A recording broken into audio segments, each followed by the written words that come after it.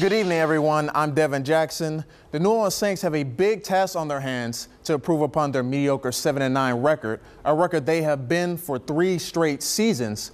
And with Saints training camp just beginning, which is in Metairie this year, WDSU sports anchor Corey Roldan spoke to new addition and all-pro running back Adrian Pearson at the Saints minicamp.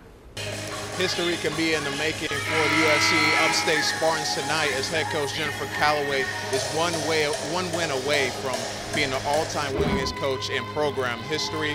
As they look at the graphic here, USC Upstate head coach Jennifer Callaway is entering her 23rd season as a coach. Her career record is 350 and 363.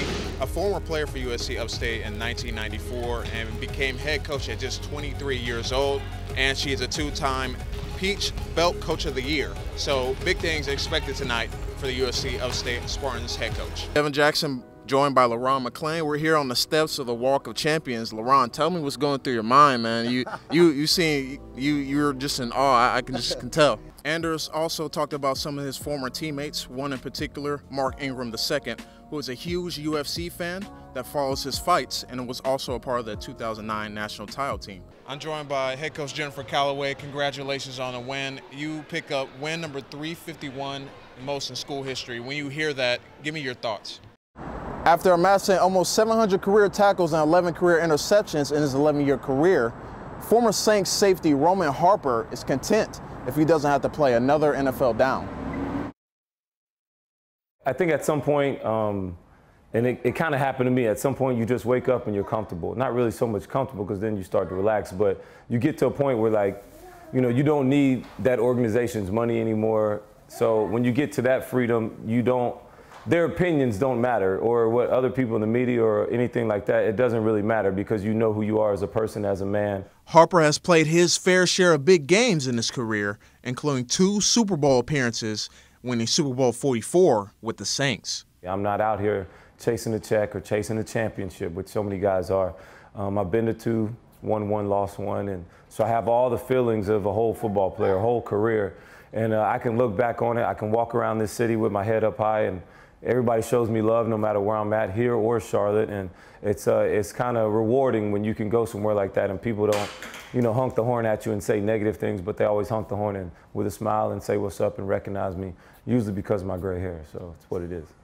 And with the Saints coming off 3 straight 7-9 seasons, Harper says in order for them to turn it around, Saints safeties Von Bell and Kenny Vaccaro will have to step up their games for the Saints defense this season. You know, the biggest thing is they got to continue to learn. They got to want to be better.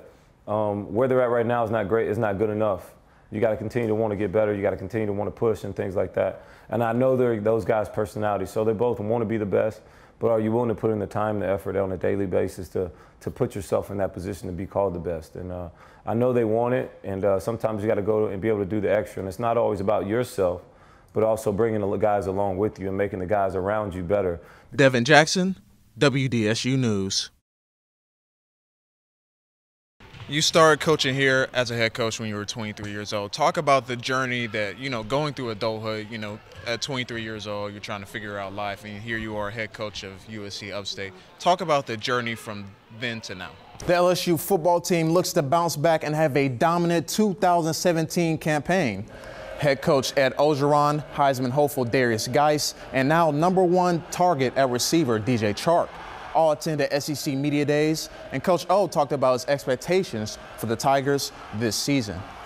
Something special today was brewing in the North Zone of Bryant-Denny Stadium.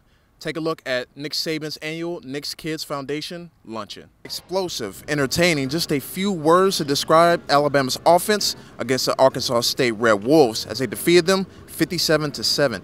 Tua Tagovailoa went 6 of 10 passing, 175 yards and 3 touchdowns in the first quarter of the game, but Jalen Hurts responded in that second quarter with 5 of 6 passing, 89 yards and 2 touchdowns of his own. Check out what Nick Saban had to say in the press conference about the performance of the 2 quarterbacks. You know, both guys did a really good job today. I think both guys played well today. You know, we made some big plays in the passing game. We're pretty efficient. I think our goals in offense is to be really balanced, and that doesn't mean running the ball 30 times, passing the ball 30 times. It just means being able to execute whatever play is called, you know. And so Obviously, as a lineman, I love to see big runs and rushing touchdowns and things like that. But, I mean, when we're up there blocking and we see perfect passes from receiver and he scores a touchdown, then it's really exciting for us. They both balled. I feel like they did a great job, executed, did everything that they needed to do. Everybody got the chance to touch the ball and make plays, so no, they did a great job today. Alabama has a big test next weekend as they travel to Oxford to face Ole Miss. Check out what some of the players had to say about preparing for that dynamic offense of the Rebels. We know Ole Miss got a great quarterback, great receiver corps, overall a great offense. So, we just got to make sure that we pay attention to detail. We go put in what we're going to run on Monday to make sure we go out and execute and play hard. But at the same time, we know that we got to keep working because at any moment, we don't like to get scored on. We don't like for the ball to get moved on us. So we kind of we don't really look at the score. We don't worry about how many points we put up. We just try to keep them to 0 points. Talk about how you made history not only here, but in Texan Stadium. You were one of the first teams to play here, and then you were one of the you had the longest run in Texan Stadium history, 82 yards. Talk about being a part of history in 2 different stadiums.